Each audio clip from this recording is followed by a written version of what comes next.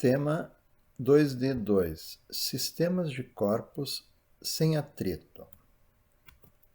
3 blocos de massas M1 de 628 gramas, M2 de 580 gramas e M3 de 617 gramas. Estão encostados e alinhados nesta ordem em uma superfície horizontal sem atrito. Uma força F1 igual a 16,7 newtons, aplicada no bloco 1, empurra para a direita, e outra força menor, F2, aplicada no bloco 3, empurra para a esquerda, de modo que, partindo do repouso, o sistema percorra 86,5 centímetros em 1,11 segundos. Então, vamos pegar aqui uma situação. Como é que entender isso? 3 blocos de massa M1 de 628 gramas, M2 de 580 gramas e M3 de 617 gramas. Estão encostados e alinhados nesta ordem em uma superfície horizontal sem atrito. Uma força F1 de 16,7 newtons aplicada no bloco 1 empurra para a direita, e outra força menor, F2, aplicada no bloco 3, empurra para a esquerda, de modo que, partindo do repouso, o sistema percorra 86,5 centímetros em 1,11 segundos. Determine. Então, como está dito que a F2 é menor, o sistema vai se movimentar para a direita. Primeira situação, qual é a aceleração do sistema? Então, nesse caso, eu não tenho a força resultante porque eu não conheço ainda F2, só sei que ela é menor que F1. Mas eu tenho a distância e eu tenho o tempo. Então, eu vou usar a função horária das distâncias. Distância é um meio de aceleração vezes tempo ao quadrado, mais velocidade inicial vezes tempo. Partindo do repouso, quer dizer que velocidade zero é zero. Então, velocidade zero vezes tempo vai sumir. Então, eu consigo isolar a aceleração como sendo 2 vezes a distância dividido pelo tempo ao quadrado. Portanto, a aceleração vai ser 2 vezes 0,865, que é os 86,5 centímetros convertidos em metros, e aqui igual, vai dar 1,73. 1,11 ao quadrado, 1,2321. Então, a aceleração vai ser 1,73 dividido por 1,2321.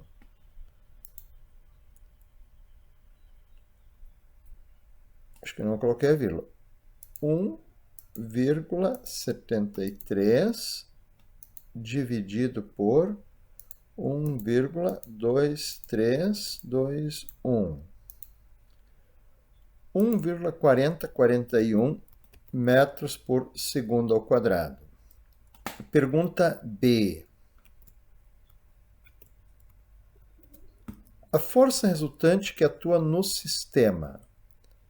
Então, agora, eu sei qual é a aceleração, a massa do sistema vai ser a soma das 3 massas, portanto, força resultante é massa do sistema vezes aceleração, ou seja, é massa 1 mais massa 2 mais massa 3 vezes aceleração. Então, substituindo os dados, vai ser 0,628 mais 0,580 mais 0,617, que são as massas unidades em gramas e convertidas para quilos, igual 1,128.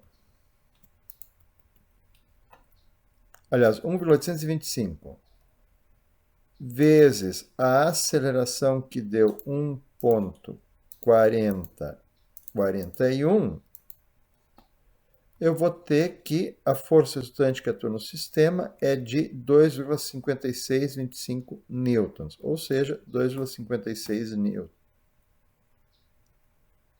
newtons. Esqueci de arrumar a resposta ali.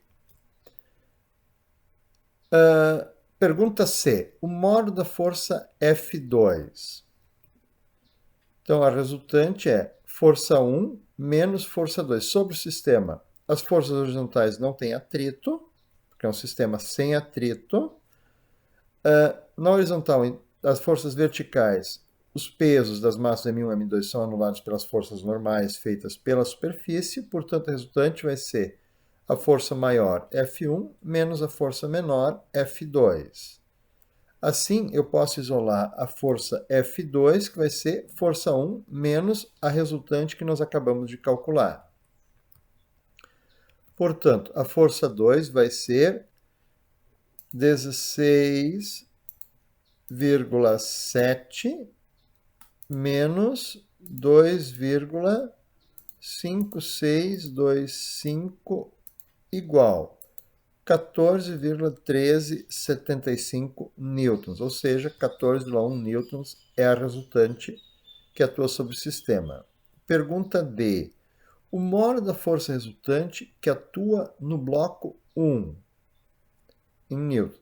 Então, a força resultante que atua no bloco 1 isolado vai ser a massa 1 vezes a aceleração, ou seja, 0,628 vezes 1,4041 igual 0,881775 newtons, ou seja, 0,882 newtons. O molo da força resultante que atua no bloco 2. A resultante 2 vai ser massa 2 vezes aceleração. 0,58 vezes 1,4041 igual 0,814378 newtons, ou seja, 0,814 newtons. A pergunta F, o moro da força resultante que atua no bloco 3, vai ser a massa 3 vezes a aceleração, ou seja, 0,617 vezes 1,4041, 0,86632923. Então, arredondando, 0,866 newtons. Para continuar, vou colocar aqui alguns dados da página anterior. Então, a figura que eu montei antes, para explicar a situação, os dados de massa que foram dados, massa 1, M2 e M3, foram dados no exercício. A força 1 foi dada no exercício. A força 2, a aceleração, nós calculamos. E também calculamos as resultantes 1, 2 e 3, que atuam sobre cada um dos blocos. Então, com essas informações, agora nós vamos para a pergunta G. O modo da força de compressão entre os blocos 1 e 2. Então, entre os blocos 1 e 2, eu vou olhar, eu conheço a força que atua aqui, existe uma força de compressão, quer dizer, o bloco 1 empurra o bloco 2, e o bloco 2 faz uma força contrária, tentando impedir o movimento do bloco 1. Então, essa é a força de compressão. Então, eu posso descobrir essa força se eu olhar só para o bloco 1. Se eu considerar só sobre o bloco 1, sobre o bloco 1, atua a força 1, que é externa, e a força interna do bloco 2 sobre o bloco 1. Então, essa força 2, 1 é a força que o bloco 2 faz no bloco 1. Então, essas são as forças horizontais que atuam no bloco de massa 1. Então, se eu for pegar a resultante minúscula, a resultante que atua sobre o bloco 1, vai ser a força 1 menos a força que o bloco 2 faz no bloco 1. Aqui eu posso isolar que a força que o bloco 2 faz no bloco 1 vai ser a força F1, que é aplicada no sistema, menos a resultante 1, que foi calculada. Então, substituindo os dados, a força F1 é 16,7 menos a resultante 1, que nós calculamos anteriormente, que é 0,8818. Então, a resultante